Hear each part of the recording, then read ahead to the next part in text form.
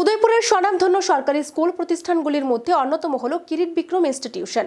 বুধবার উদয়পুর কিরিট বিক্রম ইনস্টিটিউশনের 120তম প্রতিষ্ঠা দিবস উদযাপন অনুষ্ঠান অনুষ্ঠিত হয়। এই অনুষ্ঠানে প্রদীপ প্রজ্বলন ও মহারাজা কিরিট বিক্রম কিশোর মাণিক্য বাহাদুরের প্রতিকৃতিতে পুষ্পস্তবক দিয়ে শুভ সূচনা করেন গোমতী জেলা পরিষদের সভাধিপতি।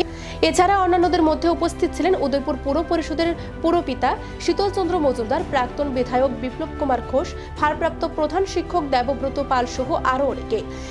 এদিন এই অনুষ্ঠানে 6 জন জাতীয় ও রাজ্য স্তরের ক্রীড়া প্রাক্তন ছাত্রদের বিরাজ কুমার দাস স্মৃতি ক্রীড়াবৃত্তি, 2 জন জাতীয় সেবা প্রকল্পের ছাত্রদের দেবপ্রসাদ দাস স্মৃতি সেবাবৃত্তি, 4 জন মাধ্যমিক পরীক্ষায় ইংরেজি ও অঙ্কে সর্বোচ্চ নম্বর প্রাপ্ত ছাত্রছাত্রীদের সমীর রঞ্জন দাস স্মৃতি মেধাবৃত্তি, 2 জন উচ্চ মাধ্যমিক অর্থনীতি বিভাগের সর্বোচ্চ নম্বর প্রাপ্ত প্রাক্তন ছাত্রদের অর্থনীতি মেধাবৃত্তি পুরস্কার প্রদান করেন।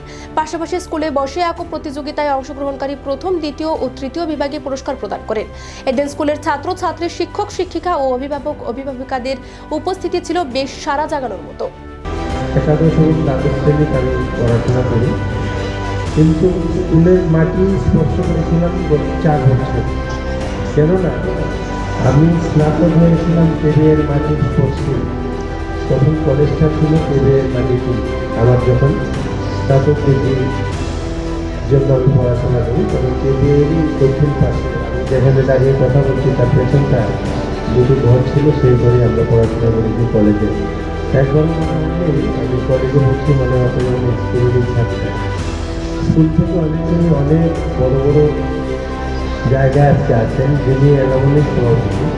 উনি রাজ্যের একজন সুপরিচিত ব্যক্তিত্ব, বিধায়ক, প্রাক্তন বিধায়ক তথা ঠিকাদারি কাজ হিসেবে এবং সমাজসেবী হিসেবে যথেষ্ট সুনাম আছেন এই এলাকার যিনি মন্ত্রী কেন্দ্রীয় স্কুলের। সর্বোপরি দেশের বাইরেও স্কুলের অনেক ছাত্রছাত্রী আছেন, যাতে করে স্কুলের সুনাম সারা দেশের বাইরেও ছড়িয়ে ছিটিয়ে আসবে।